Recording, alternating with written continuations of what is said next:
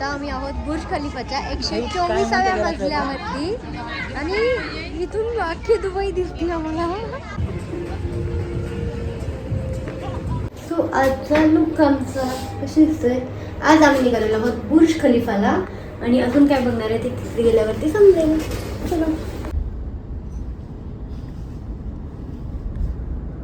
करेंगे तो मिल जाएगा ना. हाँ वहाँ से कोई स्पॉन्सर करेगा ना. हाँ अगर हमें स्पॉन्सर करेंगे मिल जाएगा तो मिल जाएगा. हाँ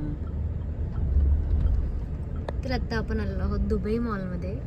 आतमध्ये जाणार आहोत आणि त्याच्या शेजारीच हा बघा बुर्ज खलिफा सुद्धा आहे. सो आपण इथे पण जाणार आहोत.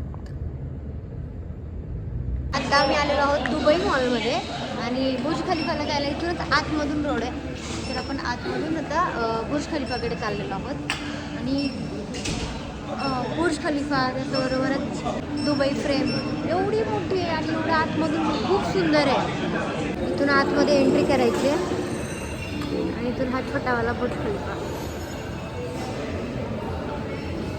सो चला आतमध्ये बघा किती मोठी लाईन आहे. पुढे पण दिसतंय तुम्हाला, इकडे पण आहे आणि आम्ही इथे थांबलो आहे. मित्रांनो आत्ता आम्ही आहोत बुर्ज खलिफाच्या 124व्या मजल्यावरती आणि इथून अख्खी दुबई दिसते आम्हाला.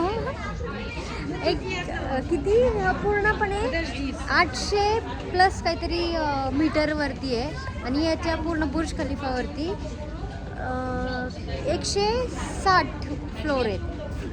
बघितले कदाचित. आता तुम्हाला मी बाहेरचा व्ह्यू दाखवते. हे बघा व्ह्यू. जसं विमानात उभं राहिल्यावर आपण कसं दिसतो आपल्याला व्ह्यू तसं दिसतंय.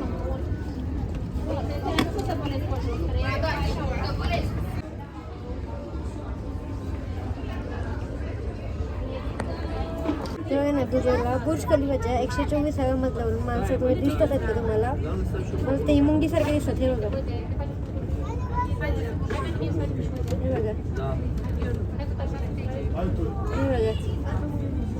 हे बघा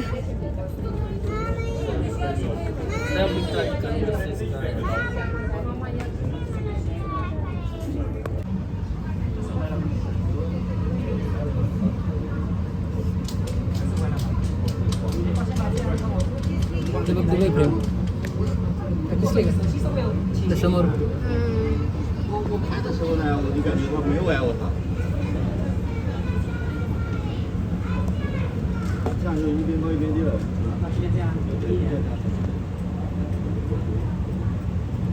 सगळे स्ट्रक्चर लावलेले ते बघा की बुर्ज खलिफा कसं कसं तयार झालंय असं प्रत्येक ठिकाणी. हां तर इथे जास्त लाईट असल्यामुळे दिसत नाहीये. सगळे स्ट्रक्चर आहेत पूर्ण कोणत्या टायमिंगला कितवा फ्लोर झाला वगैरे. बुर्ज खलिफा बघून खाली मॉलमध्ये आलो दुबई मॉलला. स्वतः बघूया फक्त बघणार आहे, घेणार काहीच नाहीये.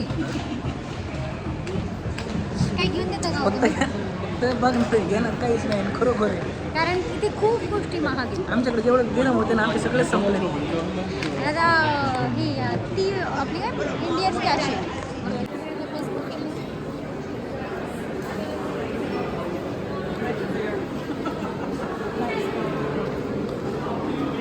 वाव इथले केक बघा. आपल्याकडे 2 किलोचा असेल हा केक, इथे 1 किलोचा आहे. वाव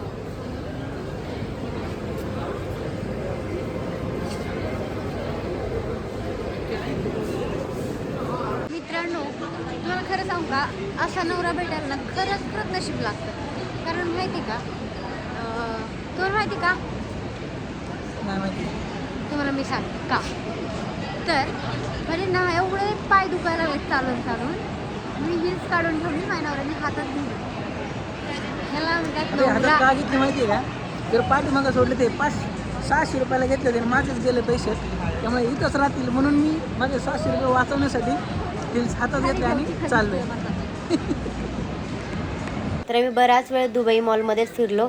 खूप साऱ्या गोष्टी बघितल्या, खूप भारी होत्या पण सगळ्या एक्सपेन्सिव्ह होत्या. त्याच्यामुळे काहीच घेतलं नाही, फक्त बघत राहिलो आणि मग त्यानंतर बाहेर आलो. आणि हा बुर्ज खलिफाच्या बाहेरचा म्हणजे आउटसाईडचा व्ह्यू आहे आणि एवढ्या भारी आहे ते बघा ना. इथून बुर्ज खलिफा कसला भारी वाटतोय. समोरून बघितलं तर ना त्याच्या प्रेमातच पडाल. त्यानंतर तिथे बरेचसे फोटो व्हिडिओ काढलो आणि परत बाहेर रोडवरती आलो आम्ही. तिथून बाहेरचे म्हणजे बुर्ज खलिफाच्या अजून बाहेर जिथे ग्रीनरी वगैरे आहे त्या साईडला आलो. तिथून तर अजूनच जवळ दिसत होता बुर्ज खलिफा. एवढं सुंदर लोकेशन आहे खरंच सांगू म्हणजे इथे शकत पार्क आहे जिथे लोक फिरायला वगैरे येतात. त्यानंतर आमचं दिवसभर फिरून झालं आणि आम्ही निघालो रूमवरती. तर मित्रांनो, आता हे जी पिशवी दिसते हातातली त्याच्यामध्ये काही नाही, फक्त कुरकुरे आणि 3-4 कुरकुरे आणि बिस्किट आहेत. सो हे कितीच आहे? 18 दिरहम. हे 450-500 रुपयाचं हे झाले फक्त एवढेशे आता इंडियामध्ये अख्खी पिशवी भरून येईल. कुरकुऱ्याचे. इथे एकाच्या जेवणाला 1250 रुपये लागतात, जवळपास 75 दिरहम ना, 70 दिरहम लागतात. इथं आपल्याकडे पैसे म्हणतात तसे इथे दिरहम म्हणतात. तर 70 दिरहम इथले म्हणजे आपल्या इंडियाचे आत्ता 25 रुपये, 25 नाही 26 का 27, 1 दिरहम म्हणजे 25 रुपये. तर मग जर का 75 दिरहम एकाच्या जेवणाला लागत असतील तर मग तुम्ही विचार करा किती होतील.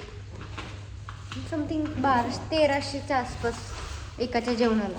हे काय, ह्या 1300 रुपयामध्ये आपलं पूर्ण घरदार जेवण होईल. अवघड आहे, खाणं पिणं नाही परवडत इथलं. पण काय, आम्ही ऑलरेडी 7 दिवसाचं पॅकेज घेतलं, सो त्यातलं 6 दिवस झालेत आमच्या आता लास्ट. आजचाच दिवस बाकी आहे.